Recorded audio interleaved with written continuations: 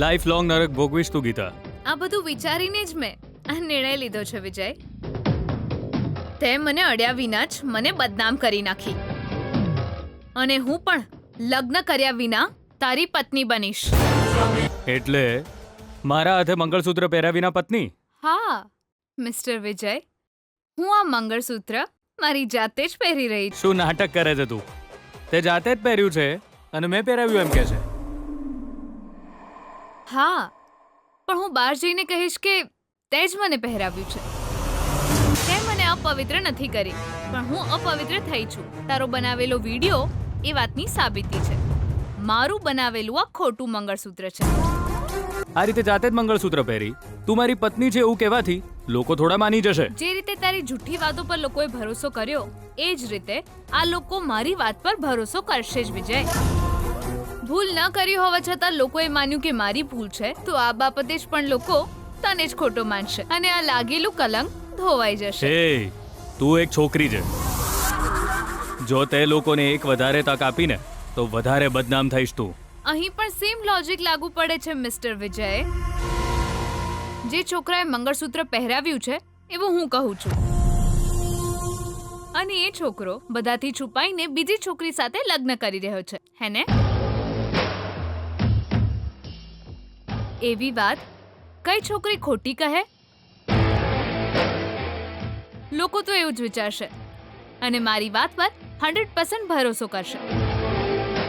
અને તને જો આ વાત પર ભરોસો ના થતો હોય તો તારી શંકા ક્લિયર કરી દઉં. ચાલ, તારા ઘરવાળાએ બહુ સવાલો પૂછી લીધા છે, મારે એના જવાબ પણ આપવાના છે. ચાલ ચાલ. હે, ઊભી રહે. હેલો, મર્યાદા. હવે તારું કંઈ ચાલવાનું નથી. જો ચાલશે તો મારું, સમજ્યો? શું છે, હવે હાથ પકડીને ચાલીશ? પતિ પત્નીની જેમ સાથે ચાલીશ? જુઓ, તમે લોકો ગભરાશો નહીં. કોઈ સમજણફેર થયો લાગે છે, જેના કારણે આ થયું છે. અમે જાણીએ છીએ, પણ તમે આટલા બધા લોકો છો અને એ એકલી. એણે બધાની સામે આવીને વાત કરી, તમે બધાએ એની વાત માની લીધી. પણ એમાં આટલું વિચારવા જેવું શું છે? એને વિજય સાથે વાત કરવા માટે પ્રાઇવસી જોઈતી હતી. બંને વાત કરવા જ ગયા છે ને? હા સર, અત્યારે મુહૂર્ત વીતી રહ્યું છે, પણ એની વાત વધારે મહત્વની લાગે છે. એનો મતલબ કે જે કહી રહી છે સાચું નહીં, એ જૂઠું બોલી રહી છે. એ બંને બહાર આવશે એટલે સાચું શું છે તમને જાતે જ ખબર પડી જશે. બેના ઘરમાં આવેલા મહેમાનોના મનમાં શંકા પેદા કરી નાખીએ ગીતાડીએ. હવે હું કરશું? હવે આગળ શું થશે એના ટેન્શનમાં તો મારા મગજમાં હવે બીજું કોઈ હુચી નહીં રહ્યું. માં બેના આ વિજય આ વલસાડવાળી સોડીના ગળામાં મંગળસૂત્ર બાંધી દીધું હોત તો આ મુસીબત ના આવત. આ ગીતાડી ચેવી રીતે ટપકી પડીને બાજી પોતાની સાઈડ કરી લીધી અને એણે આપણા બધા કરેલા પર પાણી ફેરવી નાખ્યું અને પાછી વિજયને ખુલ્લેઆમ પોતાનો ધણી કહેશે. આ બધું જોઈને તો મને લાગી રહ્યું છે મારા બેના કે હવે આગળથી ઘરમાં તારું કોઈ નહીં ચાલે, એનું જ ચાલશે. એવું નહીં થાય, હું નહીં થવા દઉં. એ જેવી રીતે? એ વિજયની પત્ની છે એવું 1000 વાર જુઠ્ઠું ભલે બોલતી, પણ એ સાબિત કરવા માટે એના ગળામાં મંગળસૂત્ર છે ખરું? નહોતું એમ? મેં તો ધ્યાન જ ના આલ્યું. પણ મેં આપ્યું હતું ભૈલા. હવે એ બહાર આવે એટલી વાર સૌથી પહેલા હું એને એ જ પૂછીશ, જોજે. એ તારે પહેલા જ પૂછી લેવું જોઈતું હતું ને બેના. એ વખતે આ વાત મારા દિમાગમાં જ ન આવી, ખબર નહીં કેમ. અત્યારે એ જવા દે બેના. અત્યારે તો મહેમાનના મનમાં જે શંકા ઊભી થઈ છે એને તારે દૂર કરવી પડશે.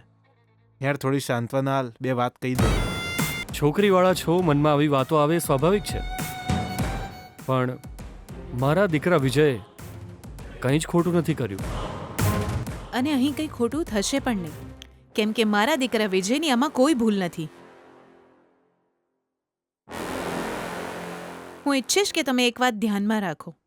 મારા પતિ કોઈ સામાન્ય માણસ નથી, મંત્રી છે. ખાલી મંત્રી નહીં, બહુ સારા મંત્રી છે. તમને ખબર નથી, પણ વિરોધ પક્ષના લોકો એમને બદનામ કરવાની તક શોધતા હોય છે. એ લોકો એટલા નીચ છે કે એક કામ પૂરું કરવા માટે કોઈ પણ હદે જઈ શકે છે. બની શકે આ છોકરી એમણે મોકલી હોય. જે મનમાં આવે એ બોલી રહી છે. એ બંને પાછા આવે એટલે મારા દીકરાનો એની સાથે કોઈ જ સંબંધ નથી એવું હું તમને સાબિત કરી બતાવીશ. હવે તમે જરાય ચિંતા ન કરશો. તમારી દીકરીના લગ્ન આજે થઈને જ રહેશે. ભૈલા, બધા માટે જ્યુસ લઈને આવો. આલો શું છે? શરબત. ઓહો, મન શાંત થાય એટલે આપી રહી છે કે શું? કેમ નથી જોઈતું? ઓહો, તમારું મન તો આમ પણ શાંત જ છે ને. પોતાની છોકરીને ઘરની બહાર કાઢી મૂકી પછી તમારે શું ચિંતા? તમે ખુશ રહો. શું થયું? રાઈટ થી રોંગ વે જઈ રહી છે? શું રાઈટ છે અને શું રોંગ એ તમે આ જન્મમાં ક્યારેય નહીં સમજો. કેમ કે આ એક માની સમસ્યા છે અને માની સમસ્યા તમે ક્યારેય નહીં સમજી શકો. તમે સ્ત્રીઓ માટે હંમેશા ખરાબ જ બોલો છો. અમારું પણ મન હોય છે, અમને પણ ચિંતા થતી હોય છે. તમે ક્યારે વિચાર કર્યો છે? બોલો જરા. બરાબર છે, તું સાચું કહે છે, પણ એમાં ખાલી એક જ પ્રોબ્લેમ છે. શું તને ખબર છે? છોકરીની જગ્યાએ તારે છોકરાને મૂકીને જોવાનું હતું, કારણ કે આ દુનિયામાં પુરુષની સમસ્યા કોઈએ સમજી જ નથી. ખબર પડી? સુશીલા, એક સોના જેવી વાત કહું છું, સાંભળ. સંકટ બધી જ સ્ત્રીઓ પાસે આવે છે, પણ એ કાયમ માટે તમારી પાસે નથી રહેતું. તમે બધી સ્ત્રીઓ તમારું દુઃખ તમે ક્યારેક ભગવાન પાસે ઠાલવીને કે પછી પડોશીઓને વાત કરીને પોતાનું મન હળવું કરી લો છો. તો સમજ સુશીલા, પકડ. આ સ્ત્રીઓ છે ને, એમનો જે પ્રોબ્લેમ છે એ મોઢું ધોવા જેટલો સિમ્પલ છે, પણ અમારે પુરુષોને એવું નથી. અમારું મન ભલે ગમે તેટલું દુખી હોય, પણ અમારે સમાજની વચ્ચે ઊભા રહીને છુપાવીને રાખવું પડે છે બધું. જો સરળ શબ્દોમાં તને કહું તો અમે લોકો એક પ્રેશર કુકર જેવું જીવીએ છે. અંદર ગમે તેટલું પ્રેશર હોય પણ કોઈને બતાવી શકતા નથી. ભલે ગમે તેટલી મુશ્કેલી આવે, અમારે પથ્થરની જેમ ઊભા રહેવું પડે છે. મનમાં ગમે તેટલું દુઃખ હોય, અમે કોઈની સામે રડી શકતા નથી. પુરુષનું આ જીવન છે ને, એ બસ નરક જેવું હોય છે, તો એ હંમેશા એનો ક્રેડિટ મળે છે સ્ત્રીઓને. જીવનમાં સ્ત્રીઓનું દુઃખ ખાલી એટલું જ છે કે 9 મહિના બાળકને પેટમાં રાખો અને પછી એને જન્મ આપી દો, ને પછી એની બધી જ જવાબદારી આખી જિંદગી તો પુરુષ જ ઉપાડે છે ને. આજે મારી જાતને એ પરિસ્થિતિમાં જોઈને મને બહુ જ રડવું આવે છે, પણ હું રડી નથી શકતો. કેમ ખબર છે? કેમ કે હું પુરુષ છું, અને આ પુરુષ જેની દીકરી એના જીવનમાંથી જતી રહી છે એવું સમજી લીધા પછી પણ એ જ ટેન્શનમાં ફરું છું કે હવે મારી છોકરી કઈ નવી મુશ્કેલી ઊભી કરશે. ખબર છે? ઓય આયેલા બધા લોકોને મારી વિનંતી છે, તમે ચિંતા ના કરશો, મારી બેના બધું હરખું કરી દેશે. નો વરીઝ. શ્રીમાનજી, મુહૂર્તનો સમય વીતી રહ્યો છે, તમે કહો શું કરું? પંડિતજી, અમાર માટે મુહૂર્તનો સમય મહત્વનો નહીં, ખાલી લગ્ન થઈ જાય તોય બહુ છે. એમને આવવા જ દો. થઈ ગયું, બધું થઈ ગયું. હે સોડી, હું થઈ ગયું? એ જ મારા પતિએ મને અપનાવી લીધી અને બીજી છોકરી સાથે લગ્ન કરવું ખોટું છે એ માની પણ લીધું, અને પછી કાન પકડીને મને સોરી પણ કહ્યું. હે, મેં તને સોરી ક્યારે કીધું? એટલે તમે તમારી ભૂલ માની રહ્યા છો ને? 100% નહીં માનું. હું પૂછી રહી છું, તમે તમારી ભૂલ માટે સોરી કહેશો કે નહીં? એય, તું અમને તારી વાતોમાં ફસાવાનો પ્રયત્ન કરી રહી છે? અમારા ઘરમાં આવીને તને આવું નાટક કરવાનું કોણે કહ્યું છે? કહેતો, આની પાછળ કોનો હાથ છે? તું અહીંયા મારા પતિને બદનામ કરવા આવી છે. વિરોધ પક્ષે તને અહીંયા મોકલી છે, હે ને? આખરે તું કોણ છે?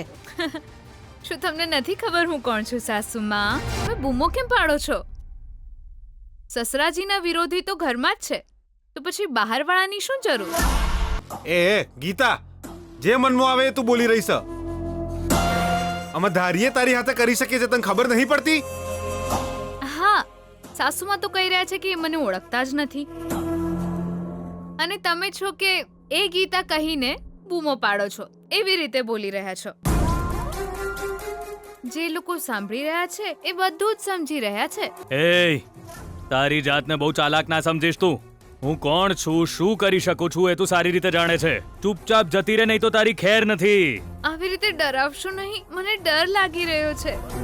છોકરીએ અને છોકરીવાળાએ એક વાત સમજી લેવી જોઈએ કે મારા પતિએ હમણાં જ કહ્યું કે હું કોણ છું અને હું શું કરી શકું એ તું જાણે જ છે ને. મારું જીવવાનું હરામ કરી દેશે એવી ધમકી પણ આપી, એ પણ તમારા બધાની સામે. આ બધું સાંભળીને મને આશા છે કે તમે બધું સમજી ગયા હશો. મારા પતિ મને ડરાવવાનું કામ એ પહેલા કરી ચૂક્યા છે અને હવે જીવવાનું હરામ કરવાની વાતો કરે છે, એટલે એ મને પહેલેથી જ ઓળખે છે એ સાબિત થઈ ગયું. મારા પતિનો ગુસ્સો કેવો છે એ તો તમને સમજાઈ જ ગયું હશે. વારે વારે તું મારા દીકરા વિજયને તારો પતિ પતિ કેમ કહી રહી છે? તું આ રીતે દુલ્હન બનીને આવી છે એટલે વિજય તારો પતિ થઈ જશે અને તું એની પત્ની થઈ જશે એમ? અમે તારી વાત માની જઈશું એમ? પતિ હોય એ પોતાની પત્નીના ગળામાં મંગળસૂત્ર પહેરાવે છે, સમજી? હા, તારા ગળામાં મંગળસૂત્ર ક્યાં છે બતાવ. સાંભળો, પૂછો આને, એના ગળામાં મંગળસૂત્ર ક્યાં છે? પૂછો એને. તમે આમ કેમ ડરી રહ્યા છો? આવી જુઠ્ઠી છોકરીથી આપણે ડરવાની જરૂર નથી. એને પહેલા પૂછો કે એનું મંગળસૂત્ર ક્યાં છે. એક છોકરી તમારા ઘરના આંગણમાં પ્રવેશ કરવાની છે. તમારા ખુશાલ જીવનને દુઃખના સાગરમાં ડૂબાડવા માટે આવી રહી છે એ છોકરી. તમારા દીકરા વિજયની પત્ની બનીને તમારા ઘરમાં પ્રવેશ કરશે. તમારી વહુ બનીને આવશે એ છોકરી. મમ્મા, આ જુઠ્ઠું બોલી રહી છે. મેં એના ગળામાં મંગળસૂત્ર નથી પહેરાવ્યું. જૂઠું ના બોલો, આ મંગળસૂત્ર તમે જ મને પહેરાવ્યું છે. જો તમે આવું ખોટું બોલશો તો આનું મહત્વ જ ઓછું થઈ જશે.